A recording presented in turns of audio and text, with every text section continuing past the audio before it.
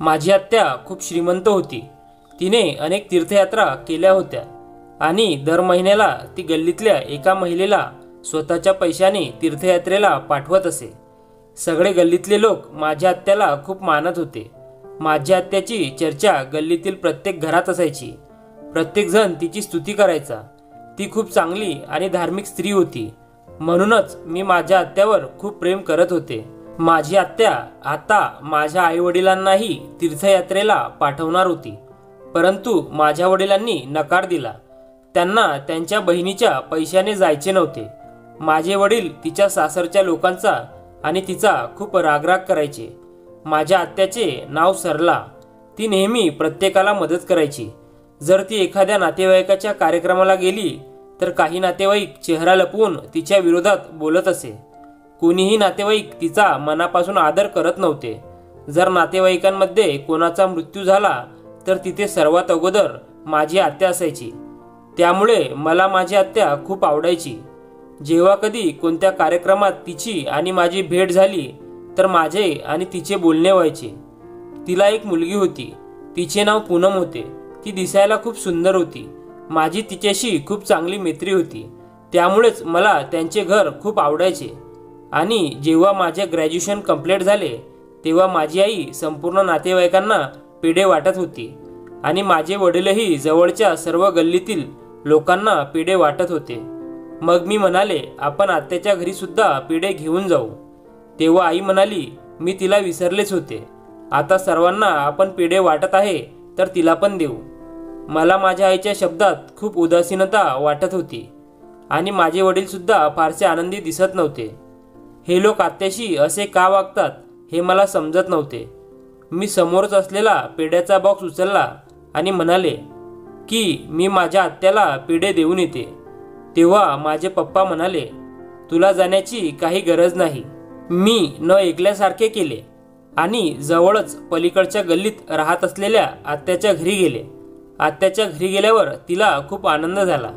तिने मला नेहमीप्रमाणे हाक मारली आणि म्हणाली, आलीस माझी लाडो पूजा, ये। पण हे काय बेटा, किती लहान ओढणी घेऊन आली आहेस तू। मग मी म्हणाले की मी घाईघाईत आले आहे।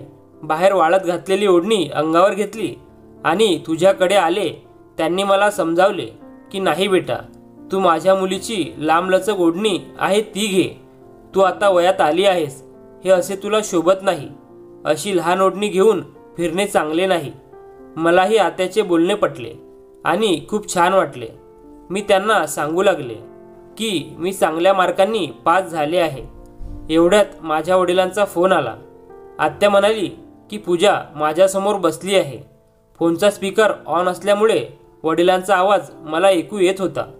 ते फक्त एवढेच सांगत होते की तिला लवकर पाठवून दे, काहीतरी काम आहे। मग मी म्हणाले, मी आता जाणार नाही। मी आत्याला इशाऱ्याने खुणवत होते। आत्या माझ्या वडिलांना म्हणाली, बिचाऱ्या मुलीला चहा तर पिऊ दे। पण माझे वडील नको म्हणत राहिले। तिला आधी लवकर घरी पाठव। मला आश्चर्य वाटले की माझे वडिलांनी मला आत्याच्या घरी गेले तर 5 मिनिटे सुद्धा थांबू दिले नाही। बरं, आत्यांनी चहा बनवला आणि पास झाल्याच्या आनंदात मला 6000 रुपये दिले। त्यानंतर मी घरी परत आल्यावर आई बाबा मला शिव्या देऊ लागले। मी पैशाबद्दल सांगितले असता मग आईने माझ्या हातातून पैसे हिसकावून घेतले आणि म्हणाली की त्या पैशाने घरात कुठली वस्तू आणायची काही गरज नाही। तिने ते पैसे तिथे उभ्या असलेल्या मोलकरणीला दिले। संपूर्ण नातेवाईकांमध्ये मला आत्तापर्यंत कोणीही इतके पैसे दिले नव्हते आणि तुम्ही लोकांनी माझे पैसे मोलकरणीला दिले। असे बोलल्यावर माझ्या वडिलांनी 3000 रुपये माझ्या हातावर ठेवले आणि सांगितले की आता या पैशाने तुला जे पाहिजे ती शॉपिंग कर। 6000 रुपये हातातून गेल्यामुळे मी खूप दुःखी झाले होते। मी त्यांना सांगायला नको होते, पण मी त्यांना सांगितले कारण मला वाटले त्यांच्या मनात आत्याबद्दल थोडा आदर असेल, पण तसं काही नव्हते। माझी आईही तिथून निघून गेली आणि वडील कामावर गेले। माझ्या वडिलांनी सांगितलं की सरलाच्या घरी परत जाऊ नकोस। मी आईला विचारलं, काय झालं, पप्पा असे का बोलत आहे? माझी आई म्हणाली, तुला समजत नाही का, तिच्याकडे एवढे पैसे कुठून येतात? मी म्हणाले, त्यात विचार कशाला करायचा? ती एका सरकारी शाळेत शिक्षिका होती. तिची पेन्शन येते आणि बाजारपेठेत तिची स्वतःची दुकाने भाड्याने दिलेली आहेत. त्याचे भाडे खूप येते. म्हणून तिने मला 6,000 रुपये दिले. मग त्यात एवढे काय अर्थ काढत आहे तू? माझ्या आईने सांगितले की जास्त प्रश्न करण्याची गरज नाही आणि यानंतर असे कोणतेही कृत्य करू नको. घरी आरामात बस. दुसऱ्या दिवशी आई घरी नव्हती. मी बाजारातून घरी आले तेव्हा आत्या माझ्या घरी आल्या आणि मला एक पिशवी दिली. त्या म्हणाल्या की मी आमच्या कॉलनीतल्या एका महिलेला तीर्थयात्रेला पाठवले होते आणि तिथून तिने देवीची ओढणी आणि प्रसाद आणला आहे. मी आधीच विचार केला होता की मी आईला या गोष्टी दाखवणार नाही. मी ती गोष्ट आईपासून लपवून ठेवेल. माझी आत्या बसली होती. तेवढ्यात माझी आई आली. तिने तिला नमस्कार देखील केला नाही आणि म्हणाली, कसे काय येणे केले? मग मी आत्याला खुणवले की तू काही सांगू नको. आत्या म्हणाली, काही नाही, अशीच भेटायला आले होते. संध्याकाळ होताच आईने मला विचारले ती का आली होती आणि माझे वडीलही मला शिव्या देऊ लागले. आत्याने दिलेले सर्व काही मी त्यांना दाखवले. मला वाटले की तुम्ही लोक या वस्तू कोणाला तरी द्याल म्हणून मी सांगितले नाही. माझी आई म्हणाली की अहो बघा, तुमच्या बहिणीमुळे ही आता आपल्यासोबत खोटं बोलायला लागली. उद्या ती हिला फसवेल आणि परवा ती हिला घरातून पळून लावेल. अचानक माझी आई अवाक झाली.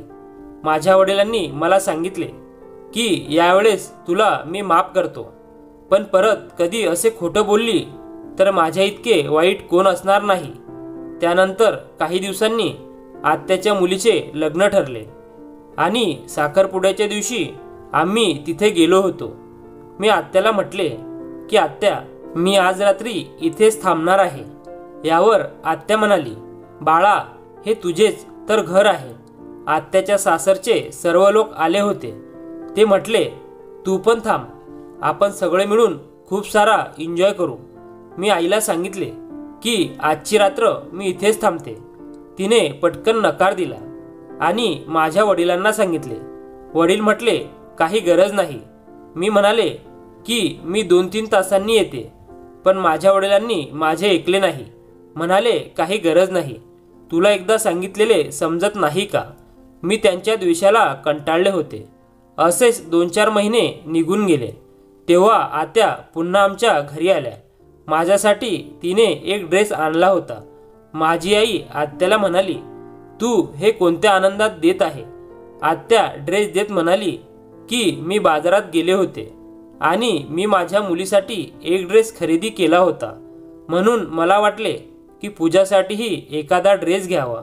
यावर आई म्हटली की माझ्या मुलीवर जास्त पैसे खर्च करण्याची काही गरज नाही. माझी आत्या म्हणाली, आपल्या मुलींसाठी जर काही घ्यायचे असेल तर माणूस स्वतःला विकून सुद्धा ते घेऊ शकतो.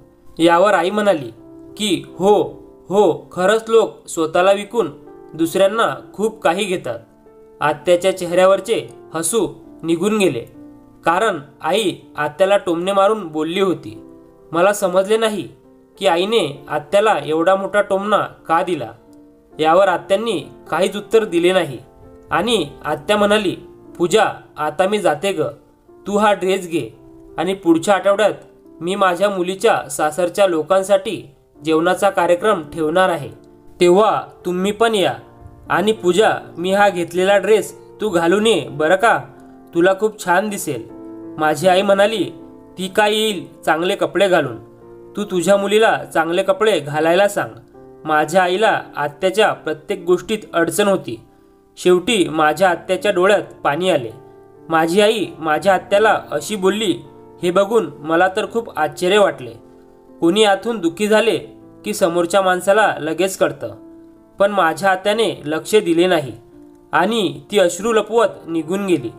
गोष्ट अशी होती की ननद भावजय यांच्यात तर भांडण होतच असतात, पण माझ्या आईला माझ्या आत्याविषयी जरा जास्तच द्वेष होता. पण मला आश्चर्य या गोष्टीचे वाटत होते की माझे वडीलही माझ्या आत्याचा खूप तिरस्कार करत होते. ती त्यांची धाकटी बहीण असताना सुद्धा रात्री माझे आई वडील एकमेकांशी बोलत होते. मग काही वेळाने वडिलांना आत्याचा फोन आला.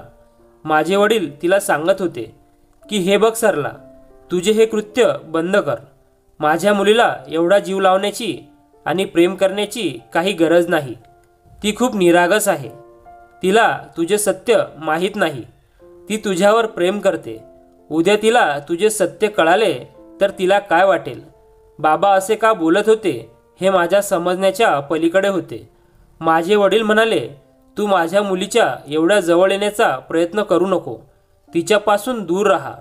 तिला अजून पूर्ण गोष्ट माहीत नाही, पण तुला तर पूर्ण माहिती आहे ना. मला माझ्या मुलीचे तुझ्या घरी येणे, तुझ्यासोबत राहणे आवडत नाही.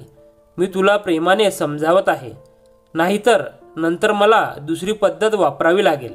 मला अजिबात समजले नाही की पप्पा काय बोलत आहे. मला हे कोणाला तरी विचारावे लागेल की माझे आईवडील माझ्या आत्याशी असे का वागतात. पण मला हे कोण सांगणार. मग माझ्या लक्षात आले की माझी एक मावशी जी आत्यासोबत कॉलेजमध्ये असताना एकत्र शिकत होती, तिची आणि माझ्या आत्याची त्यावेळी खूप चांगली मैत्री होती. पण आता माझ्या मावशीचाही माझ्या आत्याशी फारसा ताळमेळ नव्हता. आता फक्त माझी मावशी मला सांगू शकते की संपूर्ण नातेवाईकांमध्ये आत्याला इतके वाईट का मानले जाते. मग एके दिवशी मी माझ्या मावशीच्या घरी जाऊन त्यांना सगळे प्रश्न विचारू लागले. त्यांनी मला आत्याबद्दल अशी गोष्ट सांगितली की ते ऐकून माझ्या पायाखालची जमीनच सरकली. त्यानंतर मी काही न बोलता तिथून परत आले. असेच काही दिवस निघून गेले आणि मग मी मनात विचार केला की मी दुसऱ्या दिवशी माझ्या आत्याकडे गेले. जेव्हा माझ्या वडिलांचे आणि आत्याचे फोनवर बोलणे झाले होते तेव्हापासून ती माझ्यासोबत बोलत नव्हती आणि वडिलांनी मला तिच्या घरी जाण्यास मनाई केली होती. जेव्हा मी त्यांच्या घरात गेले तेव्हा संध्याकाळची वेळ होती. माझे वडील मला संध्याकाळी बाहेर जायला मनाई करत होते, पण मी माझ्या वडिलांकडे हट्ट केला आणि आत्याच्या घरी गेले आणि मी माझ्या आत्याला म्हटले की तू माझ्या येण्याने खुश नाही का.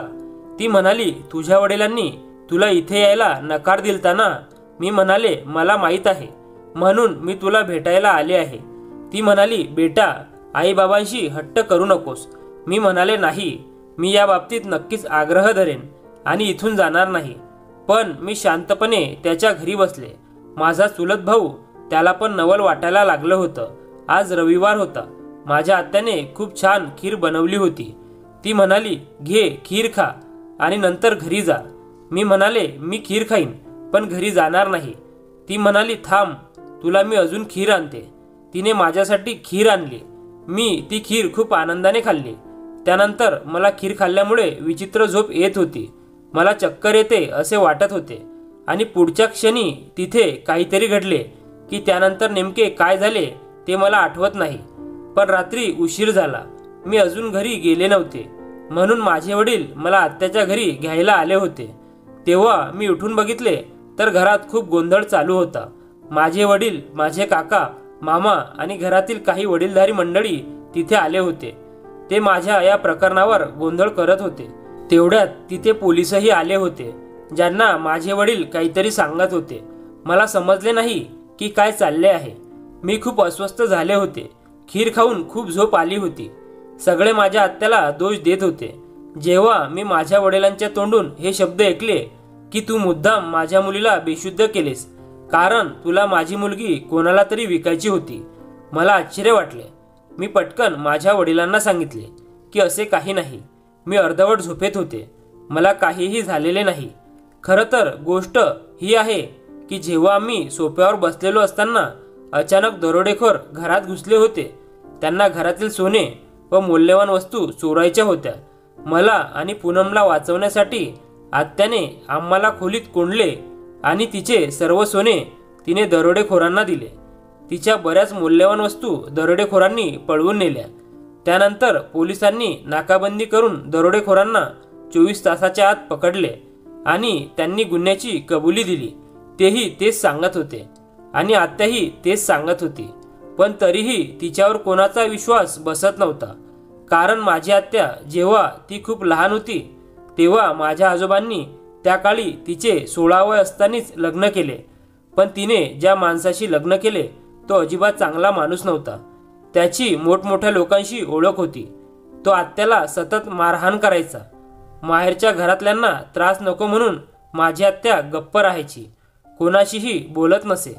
पण तिच्याकडे बघितल्यावर असे वाटायचे की काहीतरी आहे जे तिला कोणाला तरी सांगायचे आहे. पण सततच्या मारहाणीमुळे ती खूप अस्वस्थ झाली होती. त्यामुळे ती खूप अशक्त झाली होती, कोणालाही काही सांगत नव्हती. आणि तिने गरोदरपणात 2दा गर्भाखाली केला होता. सर्व लोक म्हणायचे हिला गर्भ ठेवायचा नसेल, त्यामुळे ही असे काहीतरी करत असेल. पण आत्या पुन्हा पुन्हा सगळ्यांना सांगायची की मी माझ्या आनंदासाठी माझ्या बाळाला नुकसान का करू. पण माझी आणखी काही अडचण आहे. आत्याचा नवरा असताना ती कोणालाही काही सांगूही शकत नव्हती.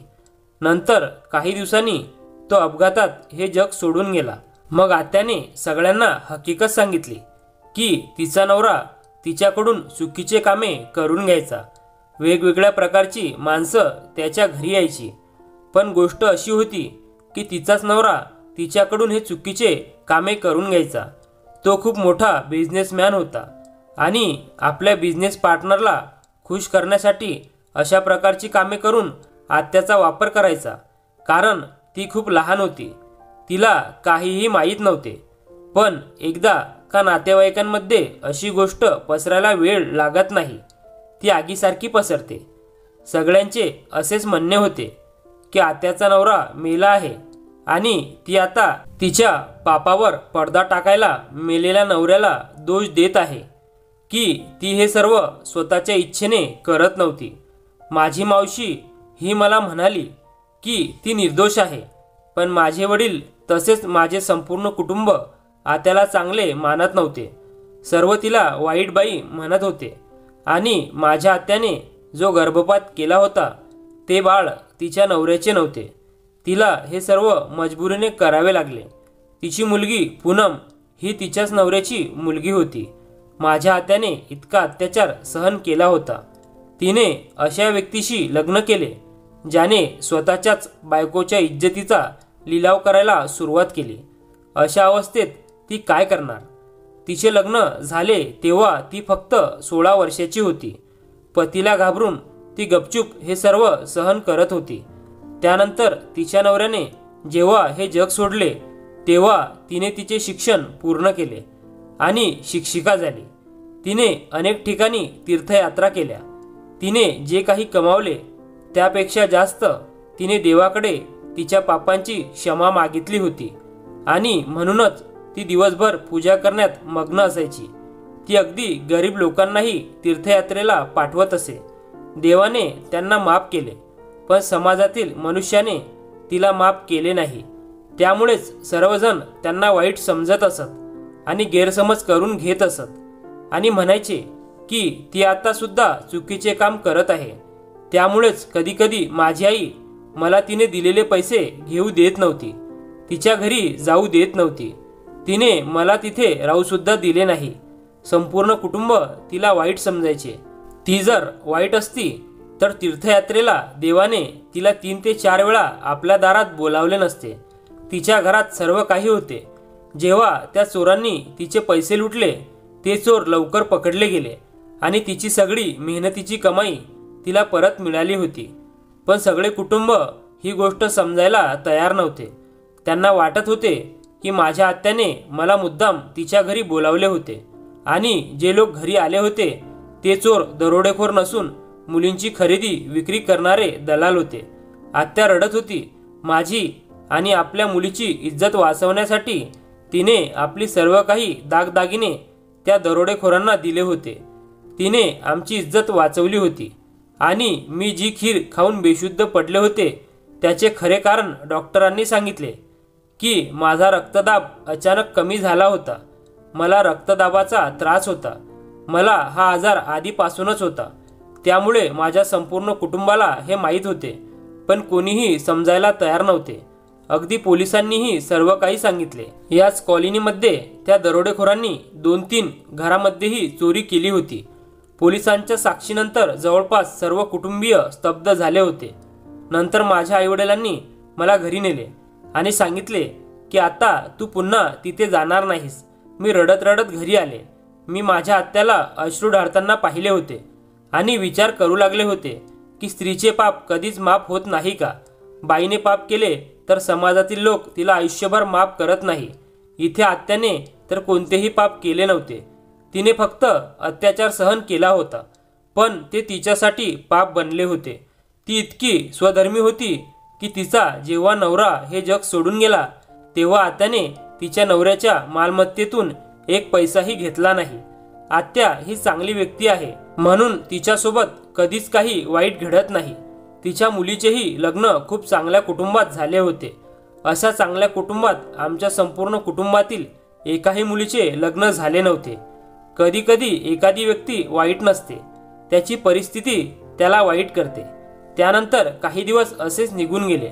एक दिवस माझे वडील अचानक खूप आजारी पडले.